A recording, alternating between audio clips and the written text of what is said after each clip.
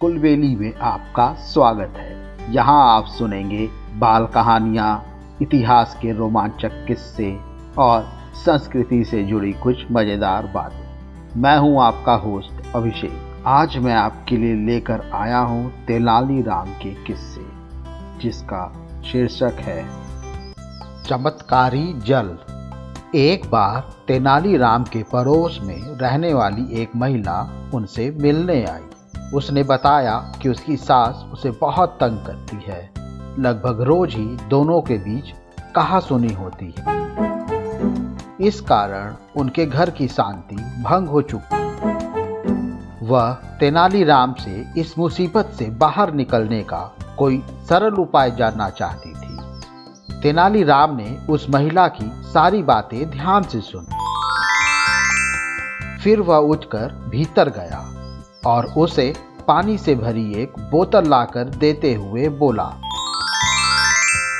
यह बोतल में चमत्कारी जल भरा है। जब भी तुम्हारी सास तुम्हें कुछ कहे तो चुल्लू भर जल अपने मुंह पर भर लेना और ध्यान रखना कि 2 मिनट तक वह जल मुंह में ही रहे, न तो उसे पीना और ना ही उसे थूकना।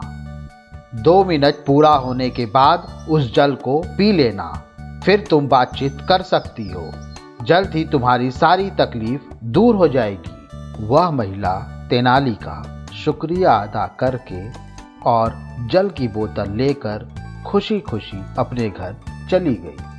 अगले हफ्ते वह महिला पुनः तेनालीराम से मिलने आई। इस बार वह काफी खुश लग रही थी। उसने तेनाली को बताया कि अब उसके घर में अपार शांति है। कई दिनों से उसकी अपनी सास से बिल्कुल भी झगड़ा नहीं हुआ। उसने तेनाली से उस चमत्कारी जल की एक और बोतल देने की प्रार्थना की। तेनालीराम उठकर भीतर गया और बोतल लेकर उस महिला को दे दिया। इसी प्रकार 1 महीने तक चलता रहा। वह महिला आकर तेनालीराम से चमत्कारी जल से भरी नई नई बोतल ले जाती। हर बार वह उस जल की प्रशंसा करती और तेनाली का धन्यवाद करती। 4 हफ्ते बीतने के बाद जब वह महिला 5वीं बोतल लेने आई तो तेनाली ने कहा, अब तुम्हें हर हफ्ते यहाँ आकर जल की बोतल लेने की कोई आवश्यकता नहीं है। अब से तुम इस बोतल को अपने ही घर में कुएं से भर सकती हो। महिला को कुछ समझ नहीं आया। वह आश्चर्यचकित होकर तेनाली का मुंह देखने लगी। तब तेनाली ने महिला को समझाया, उस बोतल के जल में चमत्कार नहीं था। चमत्कार हुआ है तुम्हारे चुप रहने से। मुंह में भरे जल के कारण तुम अपनी सास को शीघ्र ही पलटकर जवाब देने में असमर्थ थी। जब तक तुम वह जल पीकर बोलने लायक होती, तब तक वह पल बीत चुका होता और तुम्हारी सास दोनों का गुस्सा ठंडा हो चुका होता।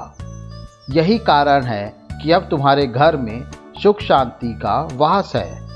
अब वह महिला अपनी भूल समझ चुकी थी। उसने तेनाली का शुक्रिया अदा किया और चुपचाप अपने घर चली गई। उस दिन के बाद उस महिला के घर से कभी लड़ाई झगड़े की आवाज़ नहीं आई। वह स्वयं का अर्थ समझ चुकी थी।